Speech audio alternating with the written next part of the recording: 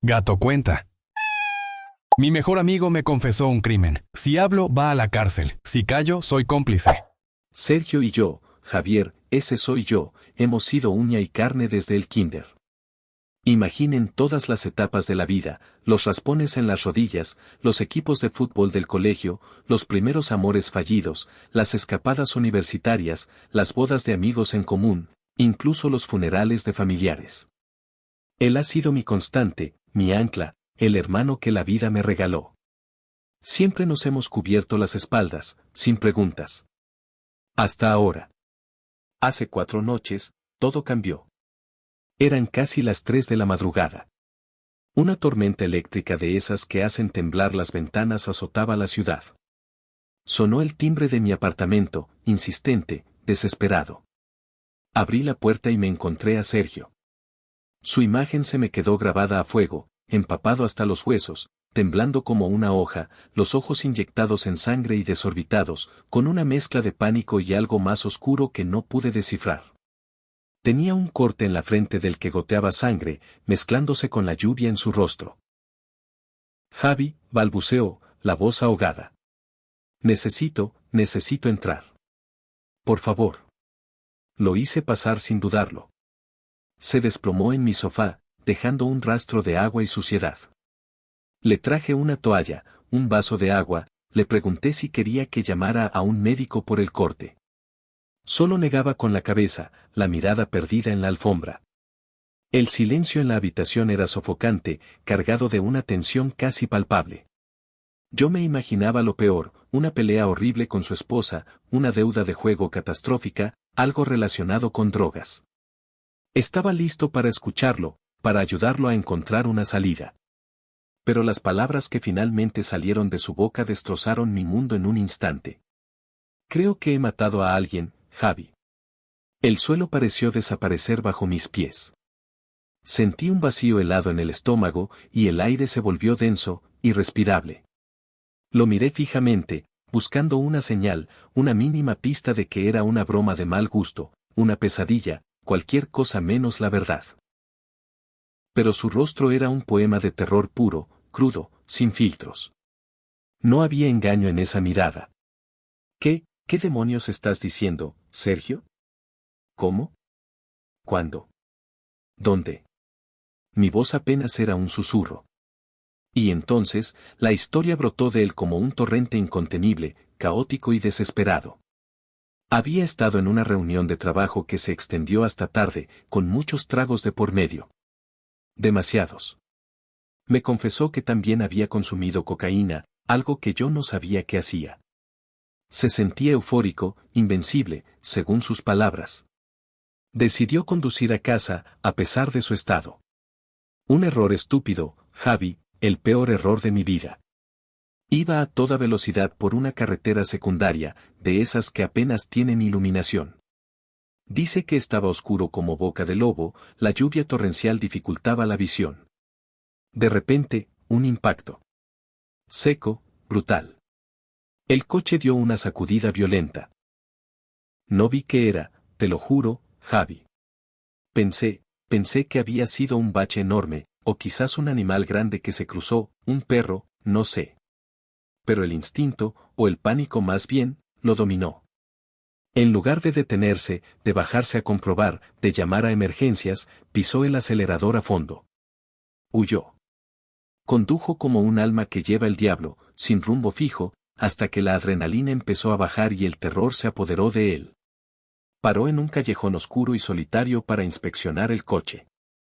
Ahí fue donde la realidad lo golpeó. El capó estaba abollado, un faro roto. Y había sangre. Y fibras de ropa enganchadas en el metal retorcido. No era un animal, Javi. No lo era. Su voz se rompió en un sollozo desgarrador, el tipo de llanto que te encoge el alma, pero que en ese momento también me provocó una oleada de náusea y repulsión. Me contó que llegó a su casa temblando, que escondió el coche en el garaje trasero, cubriéndolo con una lona vieja. Que no había pegado ojo, que solo podía ver ese instante, sentir ese golpe, una y otra vez. El corte en la frente se lo hizo al golpearse contra el volante por la fuerza del impacto. Yo estaba en shock. Sergio, mi amigo del alma, el tipo que una vez donó médula para un completo desconocido porque era lo correcto, ¿había hecho esto? Había atropellado a una persona, drogada y borracha, y la había dejado tirada como basura en una carretera oscura y lluviosa. ¿Llamaste a la policía?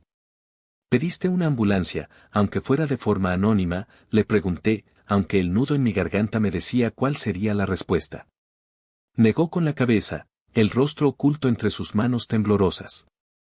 No, Javi, no. Entré en pánico.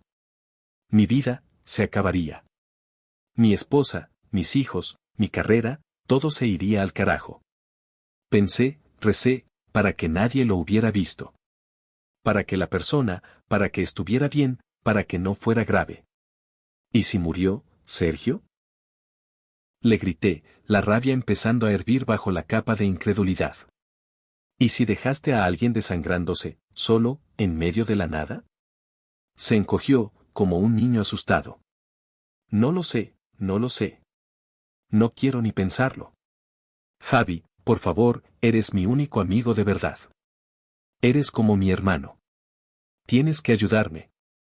No sé qué hacer. Y ahí estaba la súplica. La mirada desesperada que me pedía, me imploraba, que lo encubriera. Que me convirtiera en su cómplice. Los 3 días siguientes fueron una tortura psicológica. Apenas dormí. Cada vez que cerraba los ojos, la escena que Sergio me había descrito se repetía en mi mente, magnificada por mi imaginación. Veía a la víctima, su rostro desconocido, su familia recibiendo la peor noticia. Me imaginaba su dolor, su rabia, su desesperación. Sergio me llamaba cada pocas horas, la voz baja, cargada de paranoia. ¿Has visto algo en las noticias? ¿Se sabe algo? Javi, ¿crees que deberíamos? Yo intentaba calmarlo, diciéndole que necesitábamos pensar, pero la verdad es que mi cerebro era un caos. Con manos temblorosas, empecé a rastrear las noticias locales en Internet. Y la encontré. Ciclista hallado sin vida en la carretera comarcal CB 702. Un hombre. David. 38 años. Ingeniero, padre de 2 niñas pequeñas. Salía a entrenar muy temprano, incluso con mal tiempo. Lo encontró otro ciclista horas después. Murió en el lugar del impacto. Solo. Abandonado. La descripción del vehículo implicado era vaga. Un todoterreno de color oscuro, posiblemente con daños significativos en la parte frontal. El coche de Sergio era un todoterreno negro, nuevo, su orgullo y alegría. Se lo conté. Le leí la noticia por teléfono, palabra por palabra. Al otro lado de la línea, solo silencio. Un silencio tan pesado que casi podía oír cómo se rompía algo dentro de él. O quizás dentro de mí. Luego, un gemido ahogado, casi animal. Dios mío, Javi. Dios mío. ¿Qué he hecho? Mis hijas, las suyas. Y aquí es donde mi propia brújula moral empezó a fallar estrepitosamente. Una parte de mí, la parte que había compartido 30 años de vida con Sergio, quería protegerlo. Quería que este horror desapareciera, que fuera un mal sueño. La idea de ir a la policía y delatar a mi mejor amigo me revolvía las entrañas. No solo por él, sino por las ramificaciones. ¿Me creerían? ¿Me considerarían parte del encubrimiento? Sergio apareció en mi casa de nuevo esa noche. Estaba más demacrado, pero había una nueva determinación en sus ojos, una frialdad que me heló la sangre. Tenemos que ser inteligentes, Javi, me dijo, la voz sorprendentemente firme. Nadie me vio. La descripción del coche es genérica, hay miles así. Si mantenemos la calma, si ambos mantenemos la boca cerrada, esto podría pasar de largo. Ambos, repetí, sintiendo un escalofrío recorrer mi espalda.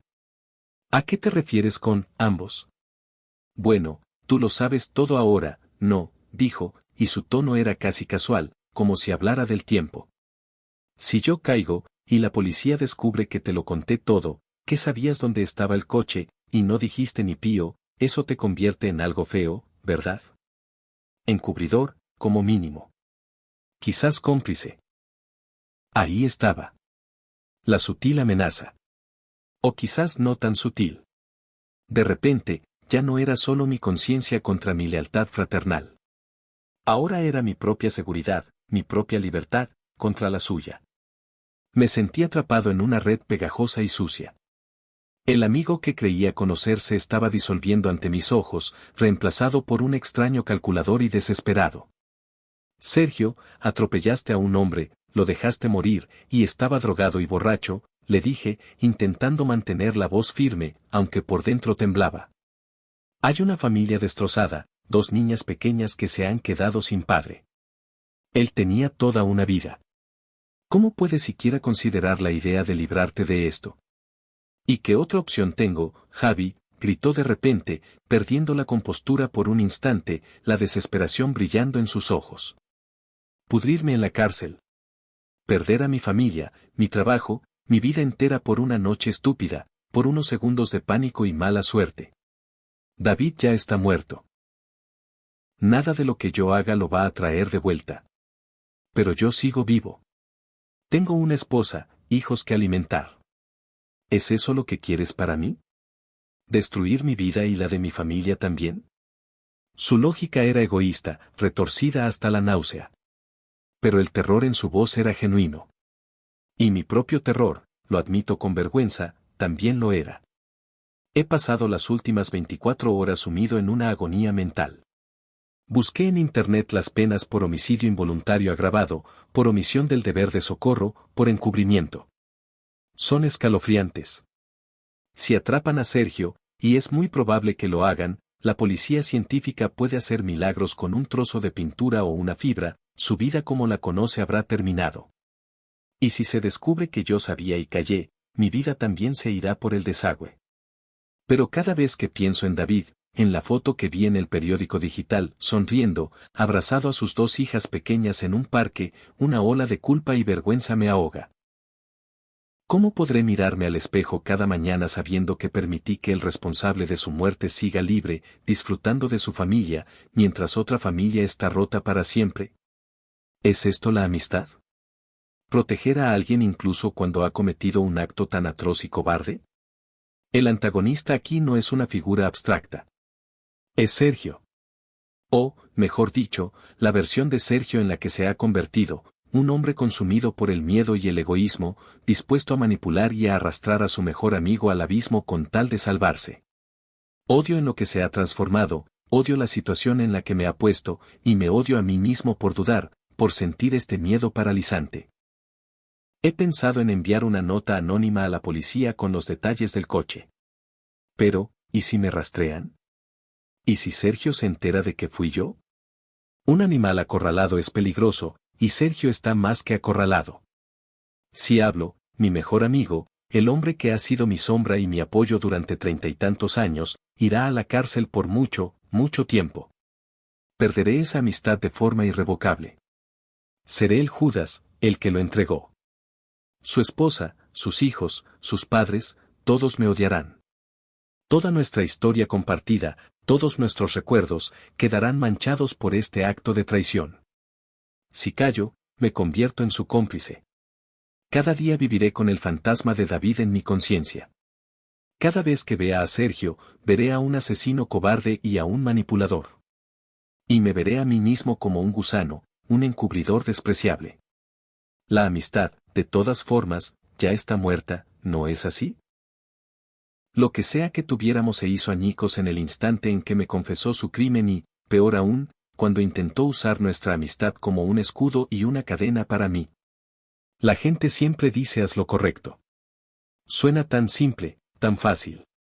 Pero, ¿qué es lo correcto cuando todas las opciones parecen conducir al desastre y al dolor?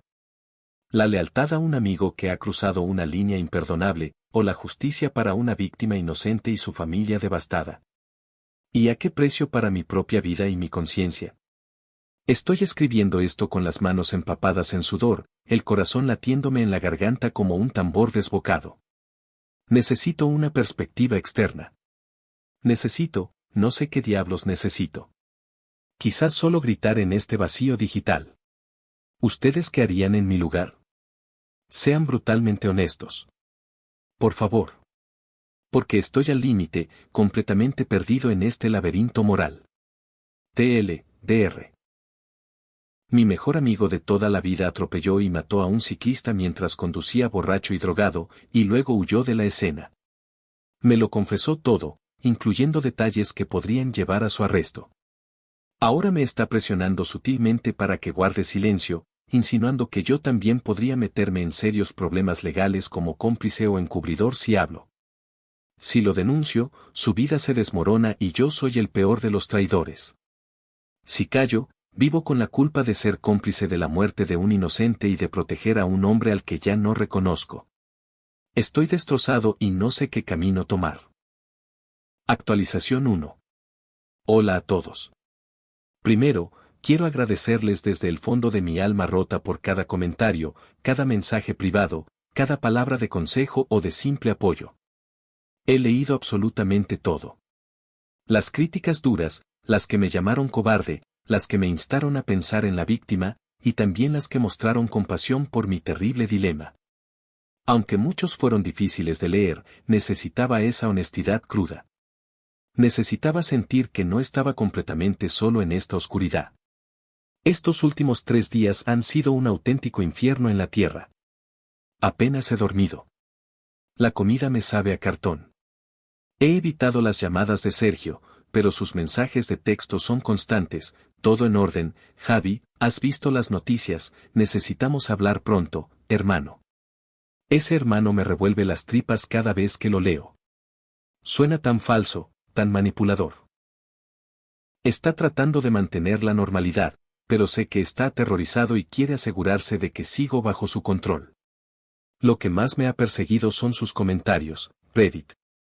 Los que me recordaban una y otra vez a David, el ciclista, y a sus 2 hijas pequeñas. Tienen toda la razón. Es demasiado fácil, en medio de mi propio pánico y el de Sergio, olvidarnos de la verdadera tragedia aquí. Hay un hombre muerto. Una esposa viuda. 2 niñas que crecerán sin su padre. Hice algo que me duele admitir, busqué a David en internet. Encontré un par de artículos sobre él, algunos homenajes de sus compañeros de trabajo. Era un ingeniero respetado, un tipo familiar, amante del deporte. Vi una foto suya en una carrera popular, cruzando la meta con una sonrisa radiante, sus 2 niñas pequeñas esperándolo con un cartel hecho a mano. Esa imagen, esa simple imagen me partió en 2. Esa alegría, esa vida, truncada por la negligencia criminal y la cobardía de Sergio. Ya no es una víctima anónima. Tiene un rostro, una historia, una familia que lo llora. Y yo soy el único que sabe quién les arrebató todo eso. La policía ha publicado más detalles. Buscan un todoterreno negro, modelo reciente, con daños específicos en el faro derecho y el capó. Han recuperado restos de pintura en la escena del crimen. El coche de Sergio. Es cuestión de tiempo antes de que empiecen a revisar los talleres, a buscar cámaras de seguridad. Ayer, la esposa de Sergio, Laura, me llamó. Laura es una mujer encantadora, siempre amable conmigo. Estaba angustiada. Me dijo que Sergio no era el mismo, que estaba huraño, bebía más de la cuenta, apenas dormía y saltaba con cada ruido. Me preguntó si yo sabía algo, si había tenido algún problema en el trabajo o si habíamos discutido. Casi me quiebro ahí mismo. Le mentí. Le dije que creía que solo estaba bajo mucho estrés, que intentaría hablar con él. Cada palabra era una daga en mi propia conciencia. Cuando colgué, sentí unas náuseas horribles. La presión de Sergio ha aumentado, aunque de forma encubierta. Anoche me envió un mensaje: oye, Javi, estaba pensando, si alguna vez la policía pregunta por esa noche, yo estuve contigo en tu casa, ¿verdad? Vimos el partido, tomamos unas cervezas. Una noche tranquila. Tú me cubres, yo te cubro, como siempre hemos hecho. Somos hermanos, ¿no? Ese no, final. Ya no era una pregunta, era una afirmación cargada de amenaza. Estaba tejiendo su coartada, y esperaba que yo fuera el hilo principal. El Sergio que yo conocía, el que habría movido cielo y tierra por mí, estaba siendo devorado por este monstruo egoísta y asustado. He tomado una decisión. No voy a ser su cómplice. No puedo vivir con la sangre de David en mis manos, aunque sea indirectamente. La imagen de esas niñas, la llamada de Laura, la manipulación cada vez más descarada de Sergio, todo me ha empujado al borde. Pero el miedo sigue ahí, es un nudo helado en mi estómago. ¿Cómo lo hago? Voy a la policía y digo: hola, mi mejor amigo me confesó que mató a un tipo. ¿Me creerán? ¿Qué pruebas tengo, más allá de mi palabra contra la suya? Su confesión fue en la intimidad de mi apartamento. Uno de ustedes, en los comentarios, me sugirió algo que ya había rondado mi cabeza: buscar asesoramiento legal para mí. No para Sergio. Para entender mis opciones, mis riesgos, y cómo proceder si decido hablar. Creo que es el único paso lógico y seguro en este momento. Mañana mismo empezaré a buscar un abogado penalista. Necesito saber a qué me enfrento y cuál es la forma menos autodestructiva de hacer lo correcto. Esto es, sin duda, lo más jodidamente difícil que he hecho y haré en mi vida. Siento que estoy a punto de clavarle un puñal por la espalda a alguien a quien he amado como a un hermano durante más de 30 años. Pero luego pienso en David, en sus hijas, y sé que el verdadero traidor aquí es Sergio. Él traicionó su propia humanidad, traicionó la confianza de su familia, y me traicionó a mí al ponerme en esta situación infernal y esperar que me hundiera con él. Gracias de nuevo por ser mi válvula de escape. Los mantendré informados de cómo evoluciona este desastre, si es que a alguien le sigue importando. Deséenme suerte, o valor, o claridad mental. Voy a necesitarlo todo, y más. Actualización 2. Hola, Reddit. Ha pasado una semana desde mi última actualización, una semana que bien podría haber sido un año entero por la cantidad de angustia y tensión acumulada. Siguiendo el consejo de muchos de ustedes y mi propia necesidad imperiosa de claridad, contacté a una abogada. La reunión fue, brutalmente honesta y profundamente aterradora. La abogada fue muy clara: mi situación era precaria. Al tener conocimiento detallado del crimen, la confesión de Sergio, los detalles del coche, su estado de ebriedad y drogadicción, y no haberlo reportado, especialmente si él me estaba pidiendo activamente que le proporcionara una coartada, me encontraba en una posición legal muy comprometida. Podría enfrentar cargos por encubrimiento, obstrucción a la justicia, o incluso ser considerado cómplice después del hecho. Las consecuencias eran graves. Me explicó que la mejor, y quizás única, forma de mitigar mi propia responsabilidad legal, si decidía hablar, era presentarme voluntariamente ante las autoridades y cooperar plenamente con la investigación. Ser un testigo clave y colaborador podría ofrecerme alguna forma de protección o clemencia por parte de la Fiscalía, aunque no había ninguna garantía. También me sugirió, con mucha cautela, que si Sergio volvía a contactarme para presionarme o darme más detalles incriminatorios, considerara grabar la conversación, advirtiéndome de las implicaciones legales y éticas de hacerlo en mi jurisdicción. La idea me revolvió el estómago, pero entendí la lógica detrás de su consejo. Durante estos días, el comportamiento de Sergio ha sido cada vez más errático y paranoico. Me llama a deshoras, a veces casi eufórico, diciendo que todo va a salir bien, ya lo verás, y otras veces hundido en la miseria, susurrando que siente que lo están vigilando. La semana pasada, en una de sus fases más proactivas, me confesó con una sonrisa nerviosa que había llevado su todoterreno a un taller mecánico en un polígono industrial apartado, regentado por un conocido suyo que no hace preguntas. Le iban a reparar los daños y a cambiarle el color. ¿No es genial, Javi? Como nuevo. Así nadie podrá relacionarlo. Su estupidez y su falta de conciencia me dejaron sin palabras. ¿No te das cuenta de que eso es manipular pruebas, Sergio?, le espeté. Solo empeora las cosas. Él se encogió de hombros, con esa nueva y escalofriante frialdad en su mirada, menos que ser atrapado con un coche destrozado y lleno de sangre de otro tipo, ¿no crees, hermanito? Ese hermanito fue como una bofetada. El Sergio que yo conocía, el tipo noble y a veces ingenuo, había sido completamente suplantado por este criminal astuto y calculador, consumido por un instinto de supervivencia animal que no reparaba en nada ni en nadie. La conversación con la abogada, aunque aterradora, me dio el empujón definitivo. Pero también me llenó de un pavor helado. ¿Estaba realmente a punto de ser el instrumento que enviaría a mi amigo de toda la vida a la cárcel? La respuesta era sí. Porque él ya había cruzado todas las líneas, había destruido una vida inocente, y ahora intentaba arrastrarme a su infierno personal. Ayer, la policía hizo un nuevo llamamiento público en televisión. Mostraron imágenes de cámaras de seguridad de una gasolinera cercana a la carretera comarcal, tomadas poco antes del accidente. En ella se veía un todoterreno negro, idéntico al de Sergio, conducido de forma errática. Dijeron que estaban muy cerca de identificar al propietario y pidieron la colaboración ciudadana para localizar el vehículo, que seguramente tendría daños compatibles. Esa fue la señal definitiva. No podía esperar más. Si no hablaba yo, lo atraparían igualmente, y mi silencio cómplice me condenaría sin remedio. Así que hoy di el paso. Esta misma mañana, después de una noche en vela, llamé al número de la unidad de investigación de la Guardia Civil que llevaba el caso de David. Me temblaba tanto la voz que apenas podía articular palabra. Pedí hablar con el sargento al mando de la investigación. Cuando me lo pasaron, simplemente dije, tengo información relevante sobre el atropello del ciclista en la CB 702. Hubo un breve silencio al otro lado de la línea, y luego el sargento, con una voz sorprendentemente calmada, me pidió que acudiera al cuartel lo antes posible. Que necesitaban hablar conmigo urgentemente.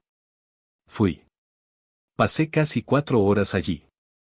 Les conté absolutamente todo. Desde la noche de la tormenta, cuando Sergio apareció en mi puerta, su confesión detallada, su estado, los detalles del coche, su miedo, su paranoia creciente, sus intentos de fabricar una coartada conmigo, y, crucialmente, la información sobre el taller donde estaba escondido y siendo modificado el vehículo. Fue como si se rompiera un dique dentro de mí. Las palabras fluían sin control, a veces ahogadas por la emoción, la rabia, la tristeza y un miedo cerval.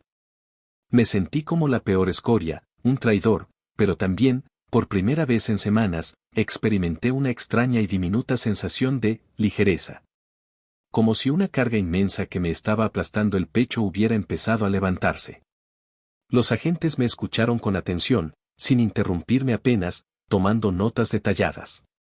Me hicieron preguntas precisas, buscando fechas, horas, lugares, conversaciones exactas. Les proporcioné toda la información que tenía. Cuando les mencioné el taller y su ubicación, vi cómo intercambiaban una mirada significativa. Al final de mi declaración, el sargento me dijo que mi testimonio era de un valor incalculable y que había actuado correctamente, aunque entendía lo difícil que debía haber sido para mí. Me informó de que probablemente me llamarían para testificar formalmente si el caso llegaba a juicio. Me ofrecieron la posibilidad de algún tipo de protección si me sentía amenazado por Sergio o su entorno, pero por ahora la rechacé. No creo que Sergio sea físicamente violento, aunque, sinceramente, después de todo esto, ya no estoy seguro de nada. Salí del cuartel sintiéndome completamente vacío. Agotado física y emocionalmente. Como si hubiera corrido una ultramaratón con el alma a cuestas. No sé qué ocurrirá exactamente a partir de ahora. Supongo que actuarán rápido, que irán a por Sergio y al taller. Supongo que lo arrestarán. Su vida, tal como la conocía, ha terminado. Y la mía ha cambiado de forma irreversible. He perdido a mi mejor amigo, a mi hermano del alma.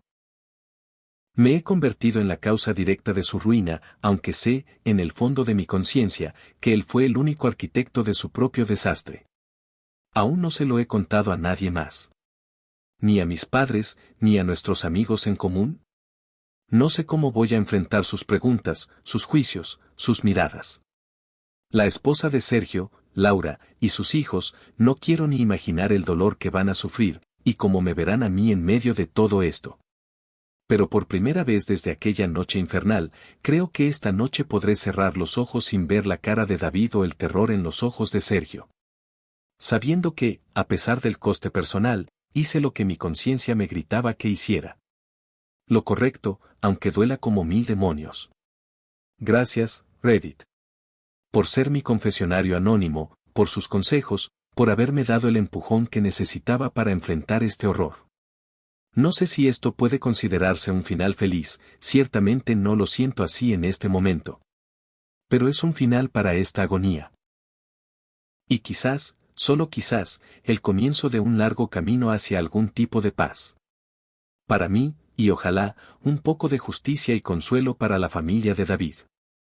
Les contaré si hay alguna novedad significativa, pero por ahora, creo que necesito desconectar y tratar de asimilar la enormidad de lo que ha sucedido. Paz. O al menos, un intento desesperado por encontrarla. Actualización final. Hola a todos. Ha pasado un mes desde mi última publicación, un mes que se ha sentido como una eternidad, un torbellino de emociones y acontecimientos que me han dejado exhausto pero, extrañamente, más entero. Muchos de ustedes han pedido una actualización final, y siento que se las debo, por todo el apoyo y la atención que me prestaron en mis horas más oscuras. Pocas horas después de mi declaración en el cuartel de la Guardia Civil, actuaron con una rapidez que me sorprendió. Un equipo se desplazó al taller mecánico que les había indicado. Encontraron el todoterreno de Sergio. Estaba en pleno proceso de transformación, ya lo habían lijado y estaban a punto de pintarlo de un color diferente. Pero las pruebas eran irrefutables.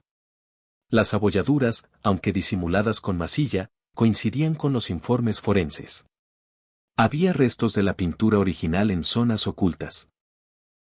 Y lo más importante, encontraron microfibras de la ropa de David y restos biológicos en el chasis inferior, que habían pasado desapercibidos para Sergio en su limpieza superficial. Arrestaron a Sergio esa misma tarde en su lugar de trabajo. La noticia cayó como una bomba en nuestro círculo de amigos y, por supuesto, en su familia. Al principio, la incredulidad fue la reacción dominante. Sergio, el padre de familia ejemplar, el amigo leal, el profesional respetado, un asesino al volante, un fugitivo. Luego, a medida que los detalles comenzaron a filtrarse a través de los medios locales, la huida, el intento de encubrimiento, la manipulación del vehículo, la incredulidad dio paso al shock, y para muchos, a una profunda decepción y rabia.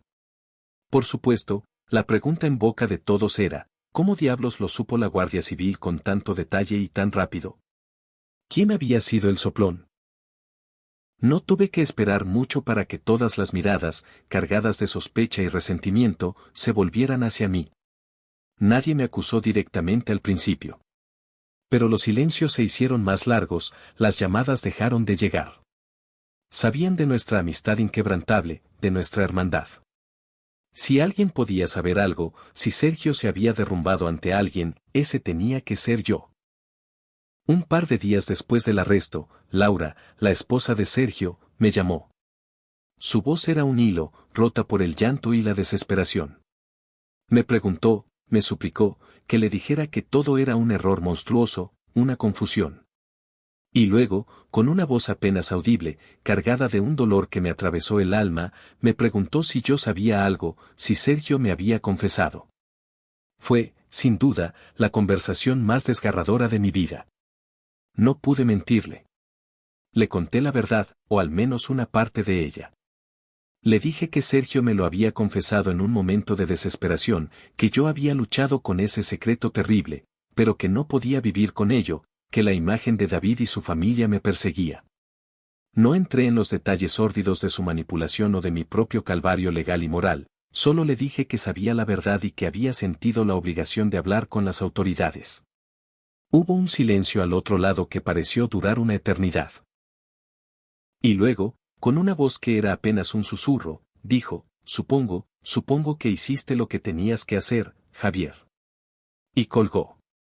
Ese supongo estaba cargado de una resignación tan dolorosa, de una comprensión tan amarga, que sentí como si me hubieran arrancado algo de dentro. No la he vuelto a oír desde entonces. Sé que, aunque una parte de ella quizás entienda mi posición, otra parte, la de la esposa y madre, probablemente nunca me perdonará por no haber protegido a Sergio, incluso de sus propias acciones. Nuestros amigos en común están divididos, como era de esperar. Algunos me ven como un traidor de la peor calaña. Susurran que la lealtad entre hermanos debería estar por encima de cualquier ley, que debería haber encontrado otra manera de ayudar a Sergio, o al menos, de guardar silencio. Otros, una minoría silenciosa, me han mostrado su apoyo de formas más discretas, un mensaje de texto escueto diciendo estoy contigo, una palmada en el hombro, una mirada de comprensión. Son los que, quizás, entienden que no había otra manera que no implicara convertirme en una sombra cómplice, en algo tan despreciable como en lo que Sergio se había convertido. El proceso legal contra Sergio está en marcha. Con las pruebas encontradas en el coche, la declaración del dueño del taller, que colaboró rápidamente para evitar sus propios problemas, y, según me ha dicho mi abogada, mi testimonio detallado y coherente, la fiscalía tiene un caso muy sólido.